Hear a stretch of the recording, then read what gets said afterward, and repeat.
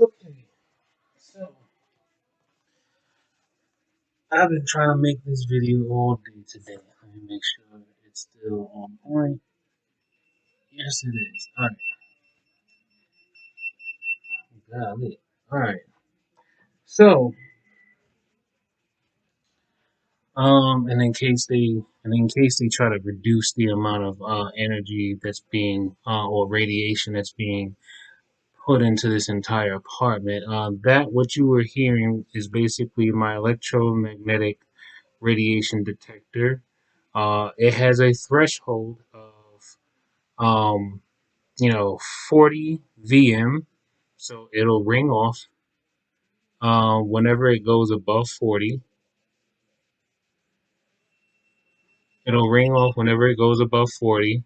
40 VM as far as the electric field. And then for the magnetic field, it'll ring off at 0.40 microteslas. So this is what I want to before when I was trying to make this video earlier today. I was gonna really just try to focus more on like how today was like I was so tired. I didn't really get to rest at all because after doing the hard reset on my a hard factory reset on my phone, trying to see if I can fix the whole charging problem. Um, but to no avail. I even took it to the Apple store in World at the World Trade Center, and the associate he took it to the back, said he cleaned out some debris or whatever, and then said there's probably some water damage or water inside the phone, um, which I find odd because I've been I was charging the phone just fine, you know um I was charging the phone just fine for about 4 weeks ago. Then all of a sudden, going into 3 weeks ago, that's when I started to see the issue of the phone not being able to stay in charging mode. So luckily for me, I'm a targeted individual, and I'm very articulate, and I'm very um, passionate about researching how these weapons work and how electromagnetic interference and electronic harassment can be conducted, whether it's remotely or whether it's you know um, literally someone just physically hack your you know your device without, well, I mean, basically like right in front of you. Anyway. So remember, we're dealing with technology that has been advancing over the decades, and technology that has been, you know, literally been around for centuries, but, as, electronic devices, you know, become more and more advanced, the schematics or the execution and the precision of, let's just call it electronic weaponization, um, has basically increased and got better. Now, what they are doing now is basically every country in the world, or not every country, most, if not all, of the main power player countries are involved in this arms race with electromagnetic weapons, right? And I still don't understand why like I don't know. I guess once they found Nikola Tesla's, you know, research, they realized, this is one hell of a weapon that we can, that we can basically use for our benefit or whatever the case may be. You know, so this here, I've mentioned this before, is the April 24th, 1984. The CIA released document about the Bohm Aharonov effect, scalar interferometry, and Soviet weaponization, document or paper or study. and it's headed off by T.E. Bearden, Bearden.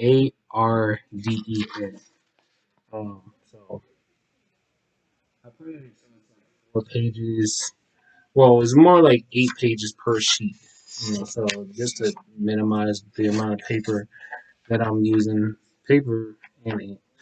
So what I'm going to read from this document is going to be on page. What page is this?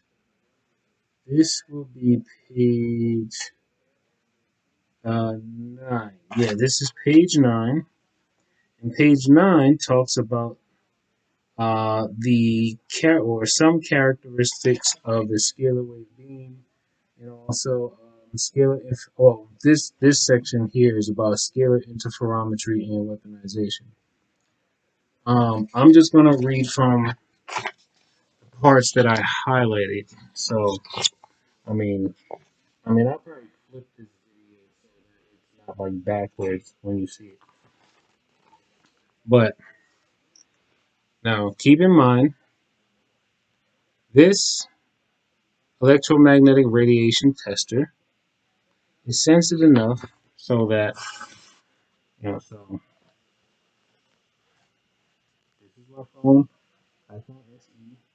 Don't mind, don't mind what you see in the background. I have moved from my own apartment. I'm not paying for storage, so I figured, look, I'll put it all in my old room, right? So this is the meter.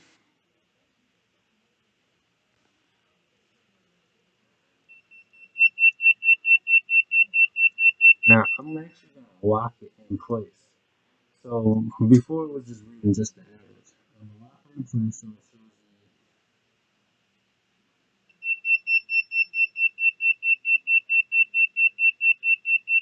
you. Okay.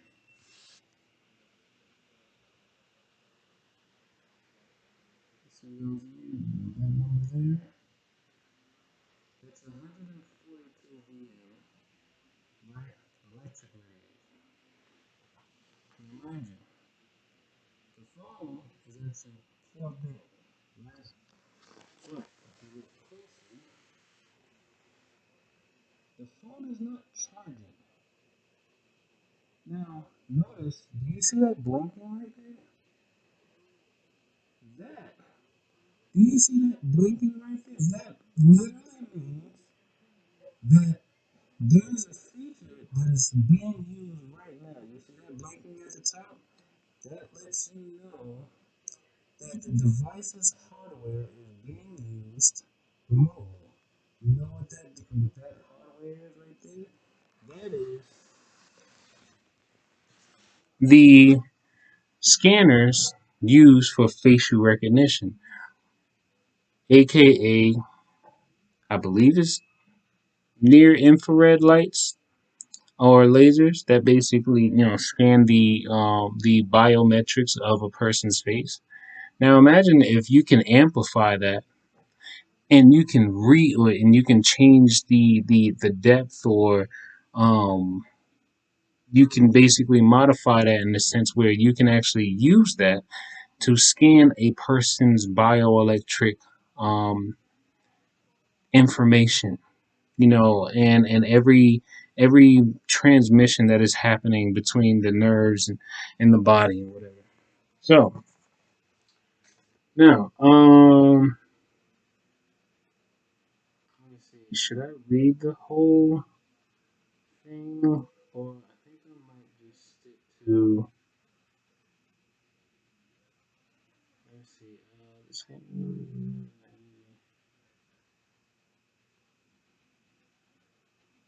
You know what?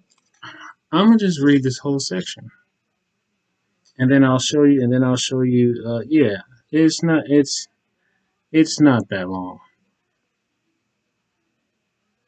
Yeah, I'm gonna read this whole section. All right. So, scalar interferometry and weaponization. According to the Bohm-Aharonov effect, if two zero-field scalar wave beams are crossed in a distant region, real physical effects exist in that distant interference zone. In short, one may create transmitting scalar interferometers. Figure 2. Let me show you what figure 2 is. Okay, this is figure 2. Let me see. Yeah, that's figure 2. All right. Now, to produce energetic effects at a distance in a specific region. For a theoretically perfect scalar interferometer, all the energy fed into the remote transmitters is exhibited in the effects experienced in the interference zone without traveling through the space in between. Right?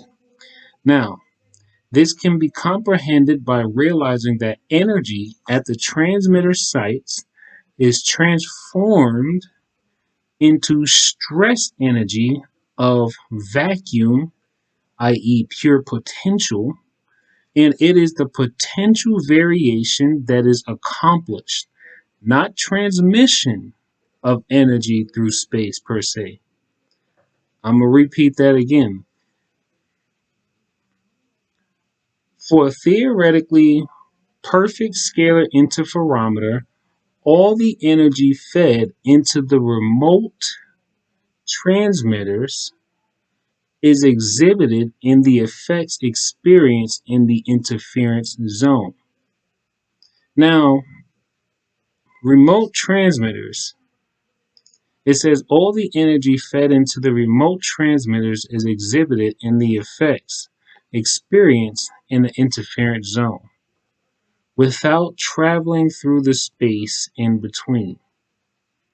Now, remote transmitters. What could possibly be remote transmitters if let me see. Remote transmitters. Now, the only thing that I've really been able to come across so far is like, okay, while I still have some charge, I'm going to just show you, for example, again, what these look like. And when I refer to these, I'm going to be meaning. Remember, I was telling you all about this app called Architecture of Radio and how it displays. Okay, so obviously, I didn't realize for whatever reason it had stopped recording. So, all right. So I was about to show,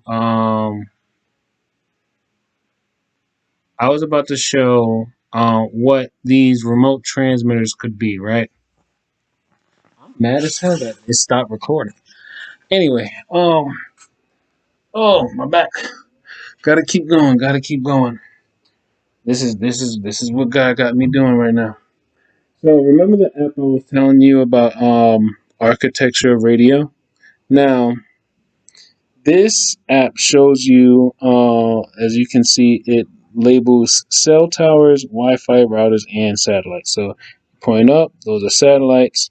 You see the cell towers are these long pole looking like things. You see some that's labeled AT&T, and then you see some that says unknown carrier. And I read an article back in 2014 where a company created the first crypto phone that picked up on these unknown carrier cell towers. And for whatever reason, that company is no longer around. And then the CEO, I don't really see much about him anymore. Meaning the secret society got to him. Anyway, so Um, yeah. So you see all of these unknown carrier towers, and you see like okay, so notice those triangles that are constantly like blooming out. Yeah, you see that one there. Those that is supposed to be data being transmitted. And all of these towers are constantly transmitting data. Uh, yeah, all of these towers are constantly transmitting data, right? I think this is the closest one to me. I didn't say this probably one is closer. And you see these here, yeah, these here are known towers. What does that say?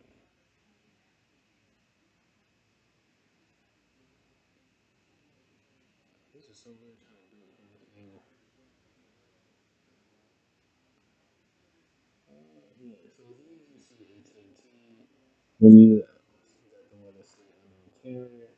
There's normally one that says like 90 meters away. There's usually one that's really close, but I haven't found it yet.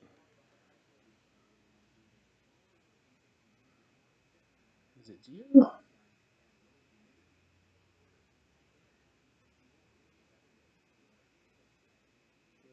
Like about 107 meters, something like that. But anyway, these would be considered transmitters, right? Now, all right, let's continue reading. Trust and believe. We're going. I am going to help everyone get a better understanding, even if you don't understand. Look, remember, I'm no expert. I don't know nothing about technology. All I'm doing is just reading and research, reading and research. Okay. Um.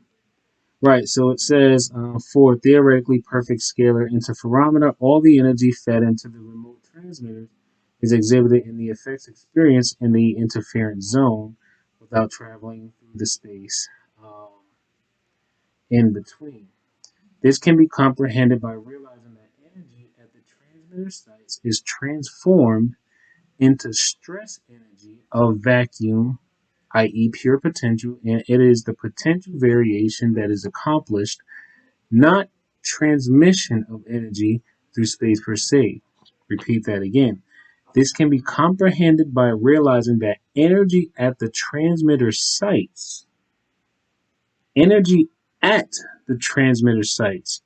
is transformed into stress energy of vacuum, pure potential, and it is the potential variation that is accomplished, not transmission of energy through space per se. Okay? We stress that locked in or enfolded vacuum energy in a potential and vector energy in transition are two quite different aspects of the same thing, just as energy and mass are two different aspects of one thing. In the interference zone of two intersecting scalar beams, the outer phase regions no longer have some zeroed structure components, so E and B fields appear there, created by the now outer phase structure superpositions. In the interference zone of two intersecting scalar beams. So for TIs who are aware of, like, there are these devices that people can use, and they can either place it down on the ground like your ceiling, or they can place it against the wall, which is like right next door. Two intersecting beams. Two intersecting scalar beams, the outer phase regions no longer have some zeroed substructure components. So E and B fields, electric and magnetic fields, appear there, created by the now outer phase structure superpositions. If other E and B fields are already there, meaning like the electromagnetic fields from, like, let's say, your cell phone or your body, or you know this lamp over here, they're already here. So if they're also taking two scalar beams and they're intersecting it on your body, Um, if other EMB fields are already there, these new fields superpose with them, either constructively or destructively. If they add, meaning if the two field the if the new fields superpose on, let's say, your body's electromagnetic field, if they add, the existing fields are augmented and increased, right? If they oppose, the existing fields are diminished and negated. Thus, the transmitting scalar interferometer can create or extinguish electromagnetic fields at a distance. Think about it like this. You know what? It kind of makes me think of a statement that one of my coworkers said when we were working one day, and dude was like how he's tired, and he just said out loud, "Yo, I need some gas," and I was just like, "Gas? The fuck?" And then you think like if you're tired, they can, scalar waves can actually be used to heal people, right? They can add energy to you, right? Now, it says if they oppose, the existing fields are diminished or negated. Thus, the transmitting scalar interferometer can create or extinguish electromagnetic fields at a distance. In other words, it can produce energy in the distant target interference zone or extract energy from it. So when I think about how my phone isn't charging properly, if they want to keep me from being able to charge my phone, all they have to do is interfere with the circuit board, so that the phone can't necessarily charge properly, right? And if they want the phone to die faster, they just draw energy out of it. They can force the phone to emit more, to use up more energy than it needs to. Right now, the phone isn't plugged up. Phone isn't plugged up to the outlet, right? The phone isn't plugged up to the outlet.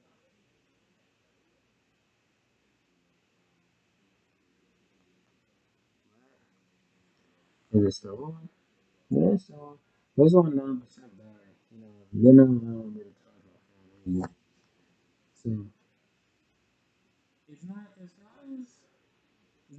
potent right now. It's not as potent right now. Now, I wanted to charge my phone, but obviously they don't want me charging my phone because you know I've been a bad boy. So I want to plug my phone up. You see me plugging it up? Oh snap! Did you see that?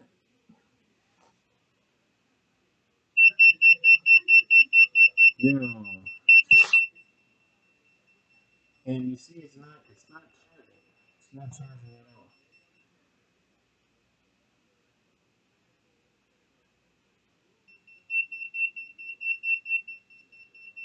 So you see that there's air trying to flow into it, but it's not charging at all.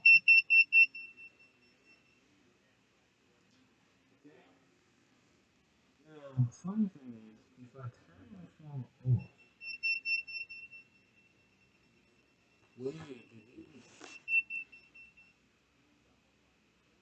did you just see that? Okay, watch this. I'm holding it in my hand. I'm holding the meter in my hand. I'm holding the meter in my hand. Holding it in my left hand. See it in my left hand. Here's the phone.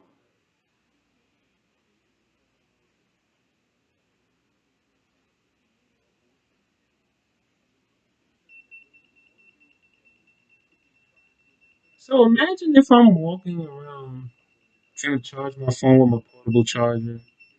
You know, radiation power. If I unplug it, it's probably not the same,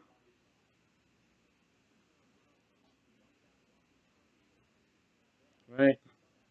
Oh, but then also, I also have this organized on the back of the phone, so that's supposed to help mitigate some of the radiation that's coming off the phone.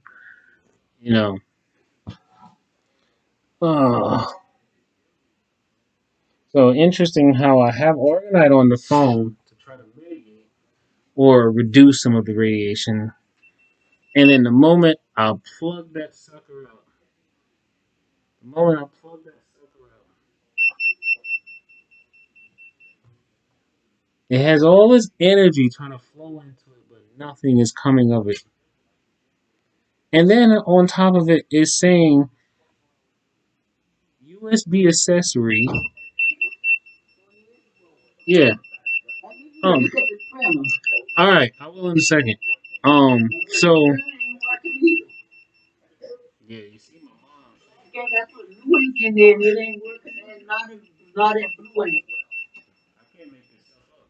So it says USB accessory, unlock phone to use accessories. All I'm trying to do is charge the phone.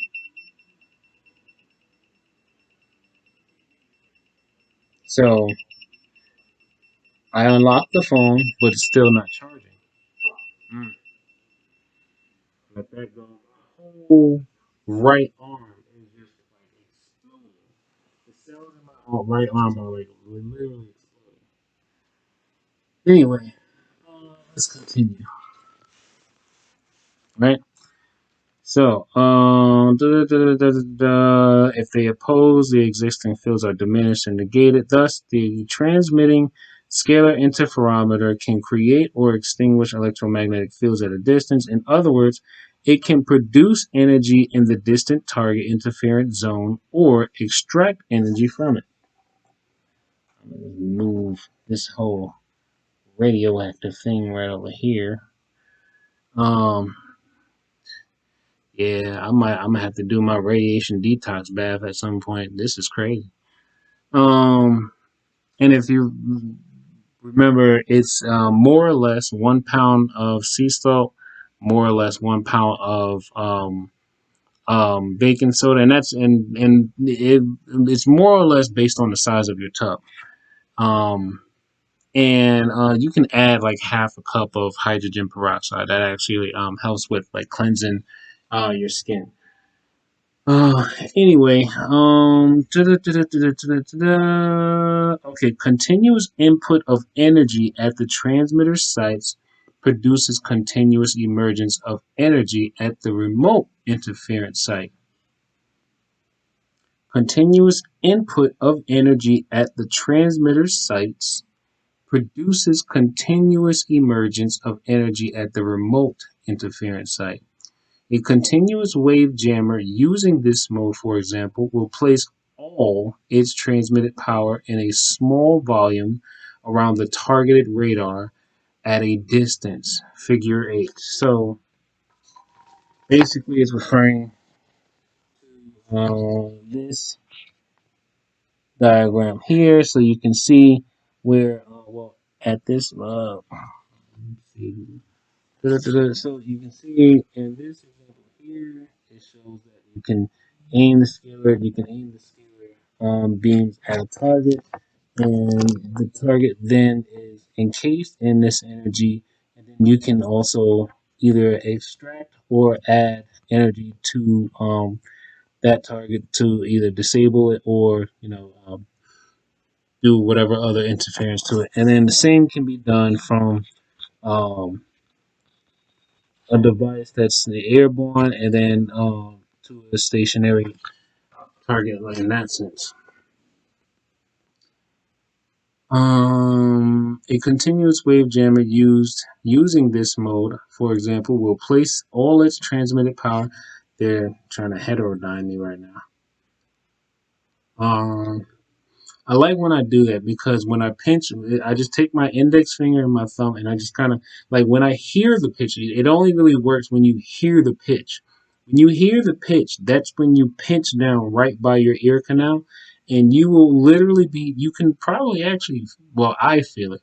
You can feel the energy or the frequencies moving in between your fingers.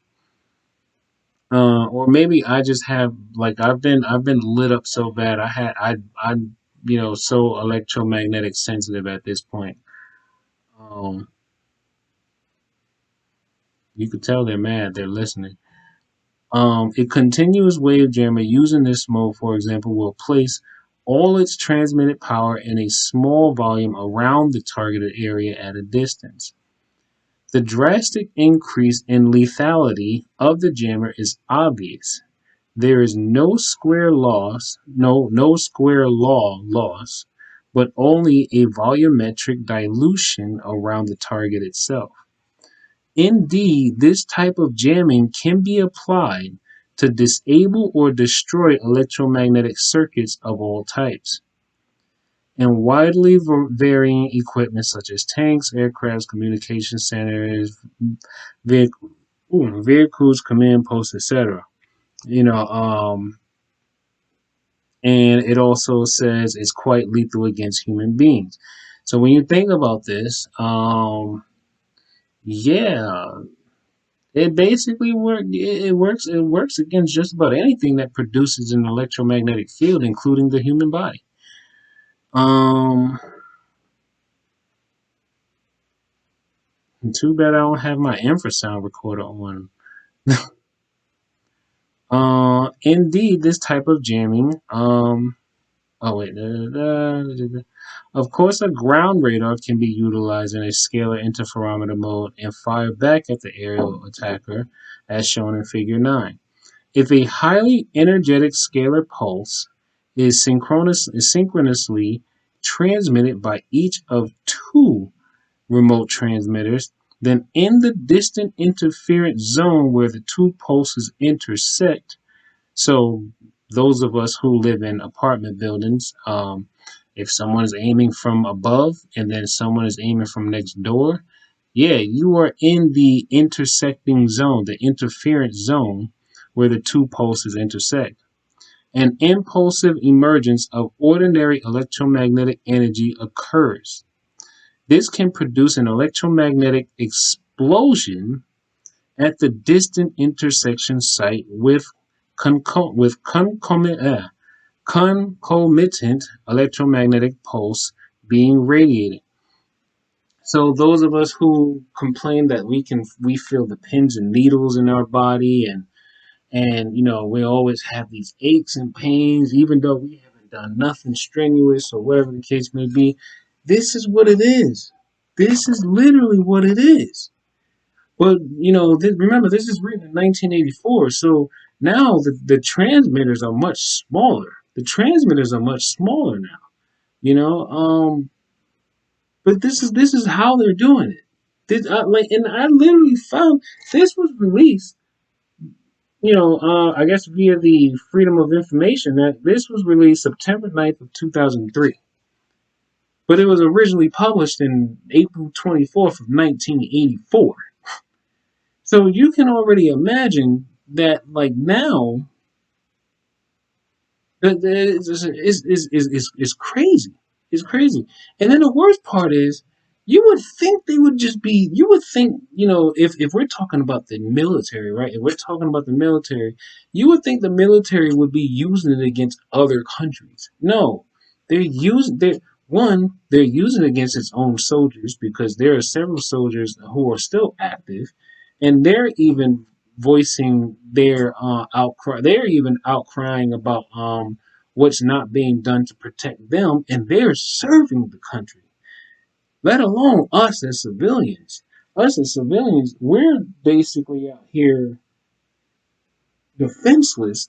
We're not completely defenseless. We just have to do our due diligence to actually read and do research and do all the stuff that we pay taxes for other people to do. But obviously, yeah, our taxes is going into the pockets of those who are killing us. So hey, it is what it is. You know. Um. This This can produce an electromagnetic explosion at the distant intersection site with concomitant electromagnetic pulse being radiated, etc. Even in the hard vacuum of space, such an electrical explosion and EMP are produced since the electromagnetic energy produced in the interference zone is sufficient to lift Dirac electrons, DIRAC, or Dirac electrons, and other Dirac matter from the Dirac area, producing a plasma very similar to a nuclear explosion, except for the absence of gamma radiation, and nuclear residues. Evidence of Soviet weaponization of such effects is widespread in the open source literature. Again, the lethality of the gamma transmitter is vastly expanded by such adaptation. Indeed, jammer transmitters using scalar interferometer techniques are capable of attacking most military targets, such as tanks, aircraft, vehicles, installations, fuel dumps, ammunition dumps, flammable supplies, personnel, etc. The jammer transmitter itself becomes a totally new kind of directed energy weapon, having nearly ubiquitous military applications. Um, these and other implications of scalar electromagnetics have already been pointed out by this researcher. Examples of testing of scalar electromagnetic weapons are given in Appendix 1. If continuous energy is fed into the transmitters of the scalar interferometer, then continuous energy emerges in the distant interference zone. Now, I don't know where they're getting their energy source to, for it to be continuously fed. I don't know. Maybe they just have like maybe they have their transmitter plugged into the wall and they're. I wonder what the hell is Nitro doing as far as the light bill? Because if they're using the energy, if they're using Con Ed energy to basically power their devices, how the hell is Nitro keeping all this shit secret about? Because the light bill gotta be fucking ridiculous, you know.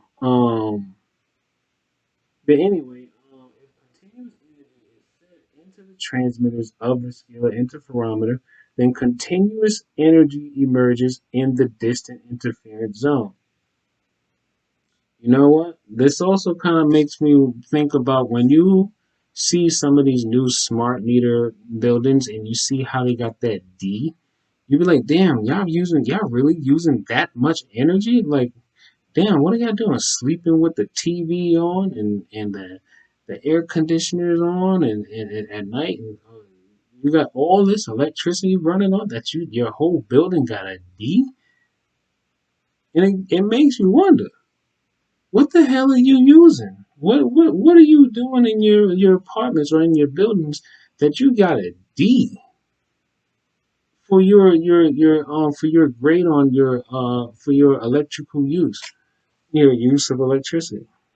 Anyway, for every narrow beams in substantial input energy, the distant energy density can be made quite high. Physical destruction of distant targets can be accomplished in this fashion, and the effects can be produced directly inside. Let me repeat that again. For very narrow beams and substantial input energy, the distant energy density can be made quite high. For very narrow beams and substantial input energy, the distant energy density can be made quite high. Physical destruction of a distant targets